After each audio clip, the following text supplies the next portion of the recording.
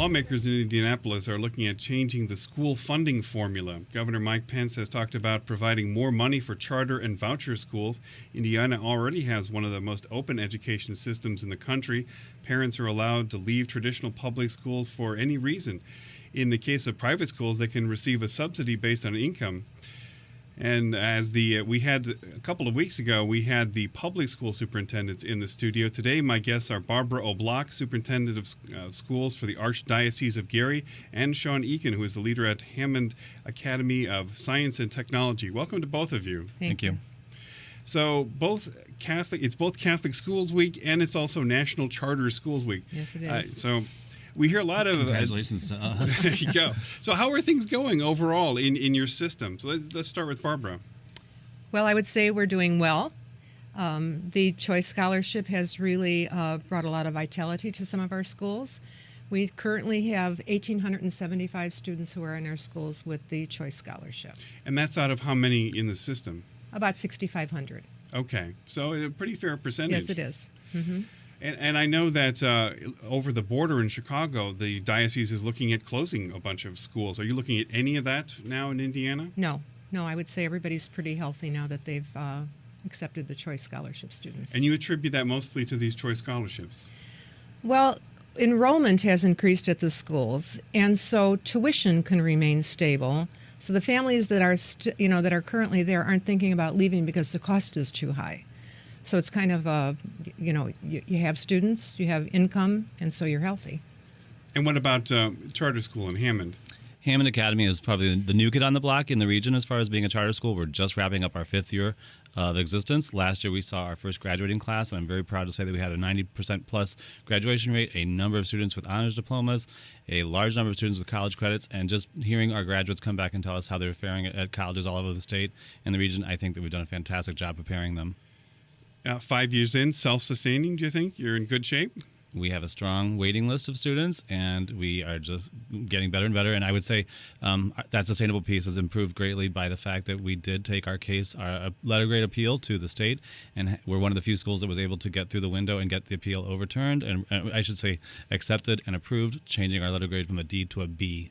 Okay. Fantastic for the last year. That's an entirely separate topic. Yes, but the state is assigning letter grades to all of these completely schools. Different, but a letter grade means a lot for parents and where they want to put their children. And when parents come to your school, are they always coming from a lower graded school to your school? Is that what they're always looking for? Are they looking for a higher grade? I would say no. They're actually just looking for a different kind of curriculum that matches their child and their child's skills and aptitudes. In a large respect. And yes, and the what school does that quality, mean? What do you guys do differently than the traditional public schools?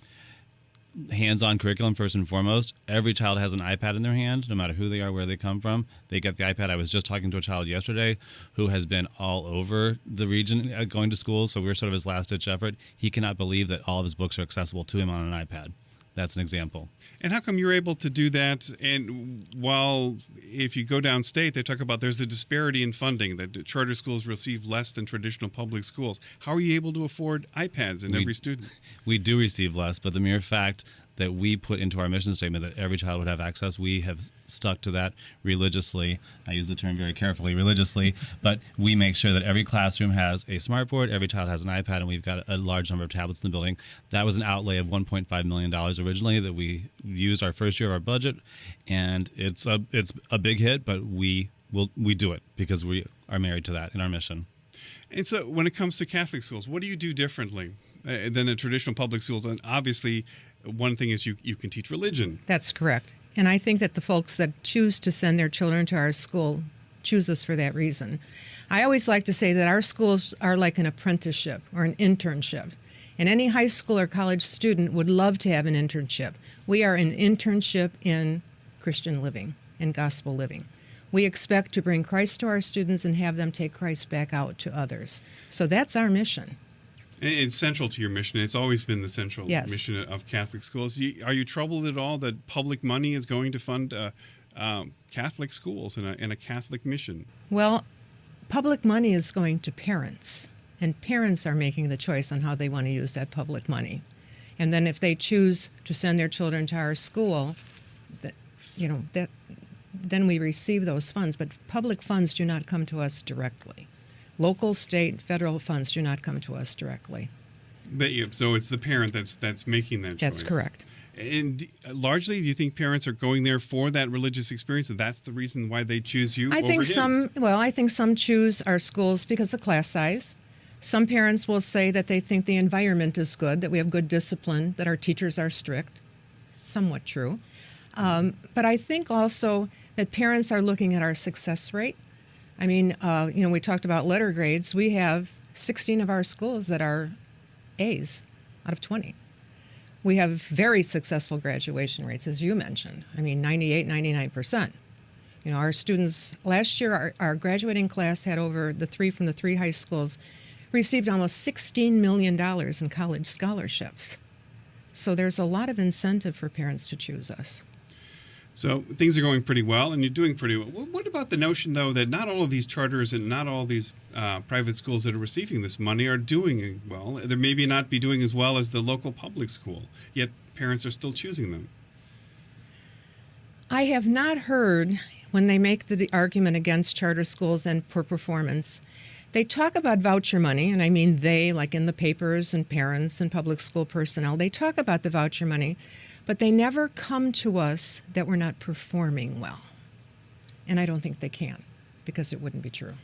What about now? There are a real budget battle brewing downstate. Yes. They're looking at the governor's budget provides about $200 some million more for all schools over the next couple of years. He wants about 50 million of that or so to go to charter and voucher schools, which has a lot of public schools upset because they're feeling they're not getting.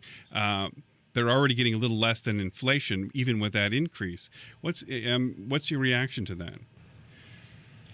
Go ahead. I've been looking at my smartphone, been gathering some of my statistics for this interview. First and foremost, our school has been operating for the last 4 years on $5,700 per pupil. That is what we've gotten each year. No increase, not once. $5,700. Our local district, which is what everything is based on, local districts, has been receiving between almost $9,000 and $10,000 per pupil. That's a market increase over what we're able to receive from the state. I'm not here to say that we want exactly what they get, but I was under the impression when we opened the charter school that we'd be receiving an amount that was very similar to the local district. By this increase, I think it would at least put us somewhat in a more competitive range financially to the local district. And that's the fairness I'm looking for. We're asked to compete against them in every single metric on the same playing field: letter grades, performance, financials, expenditures, audits, etc. However, we are doing it with so fewer resources financially. Though, on the other hand, you don't have to. You've got a waiting list. You don't have to take every student that the public school has to take. That is a simple difference, very simple difference. We have a lottery, so we still do not. We don't screen the children. They come to us. They come off the lottery. We are not allowed to screen them for anything other than state residency. So when people think that we're skimming the high performers, that is absolutely untrue. We do not have the ability to test them. That is illegal. We get who we get from a blind lottery.